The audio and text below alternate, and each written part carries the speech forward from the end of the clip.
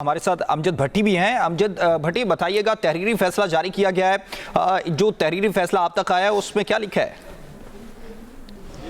देखिए राशिद से ये तहरीरी फैसला जो तहरीरी हुक्मनामा जो जारी हुआ है वो इस बेंच के 7 रुकनी लार्जर बेंच के सरबरा जस्टिस काजी फ़ाइज़ ईसा हैं, उन्होंने जारी किया है। 7 सफ़ात पर मुश्तमिल ये तहरीरी फैसला है और इसमें जो इस बेंच के एक रुकन जस्टिस याहिया अफरीदी हैं उनका इख्तलाफी नोट भी शामिल है।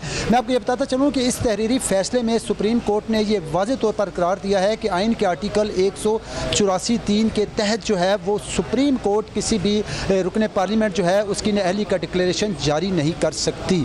और इस हवाले से अब जो जस्टिस याहिया अफरीदी जो हैं, जो कि इस 7 रुकनी लार्जर बेंच का हिस्सा थे, उनका जो इसमें इख्तलाफी नोट है इस तहरीरी फैसले में, उन्होंने समीउल्लाह बलोच के हवाले से जस्टिस याहिया अफरीदी ने यह वाज़ेह तौर पर कहा है कि समीउल्लाह बलोच की ताहयात नाअहली बरकरार रहनी चाहिए। क्यों ताहयात नाअहली बरकरार रहनी चाहिए? उसमें उन्होंने ये मौक़िफ़ इख्तियार किया अपने इख्तलाफी नोट में कि जब तक किसी भी रुकन पार्लियामेंट की नाअहली का डिक्लेरेशन मौजूद रहेगा, वो स्टैंड करेगा, उस वक्त तक वो रुकन पार्लियामेंट जो है वो नाअहली रहेगा। और इस वाले से उन्होंने समीउल्लाह बलोच की ताहयात नाअहली की हमायत की है और कहा है कि उनकी जो ताहयात नाअहली जो है वो मौजूद रहनी चाहिए। अब जो सुप्रीम कोर्ट का ये फैसला आया है तो इसमें सुप्रीम कोर्ट के फैसले के बाद अब ये चीज़ क्लियर हो गई है कि आइन के जो आर्टिकल जो 62(1)(f) है, जो कि अरकान पार्लियामेंट की नाअहली के तयन करता है, अब वो इलेक्शन एक्ट में जो तरमीम थी उसके साथ ये लिंक हो गया है, उसके साथ ये अब अटैच हो गया है। यानी अब कोई भी रुकन पार्लियामेंट जो है वो जब नाअहल होगा किसी भी हवाले से, अगर वो सादिक और अमीन नहीं रहता,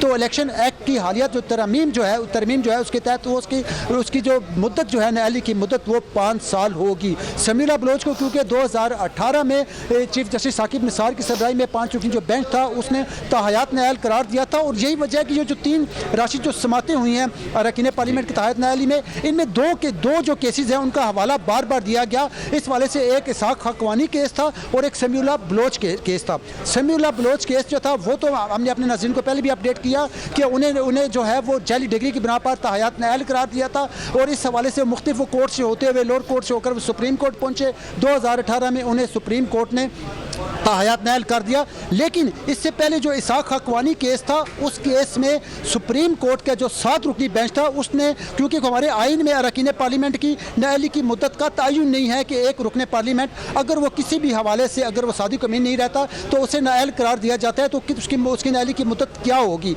इसाक हकवानी केस में 7 रुकनी बेंच ने यह कहा था कि यह मामला, उन्होंने कहा था कि बाद में जो कोई भी लार्जर बेंच है वो इस चीज़ को तय करेगा कि इस हवाले से अरकान पार्लियामेंट की नाअहली की मुद्दत का तयन क्या होना चाहिए। लेकिन वो लार्जर बेंच तो ना बैठा। 2018 में लार्जर बेंच की जगह 5 रुकनी बेंच ने समीउल्लाह बलोच को ताहयात नाअहल करार दे दिया। अब सुप्रीम कोर्ट में ये क्वेश्चन ऑफ लॉ फ्रेम हुआ इसके तीनों समातों में कि कैसे एक जो लार्जर बेंच, आप हमारे साथ ही रहिए।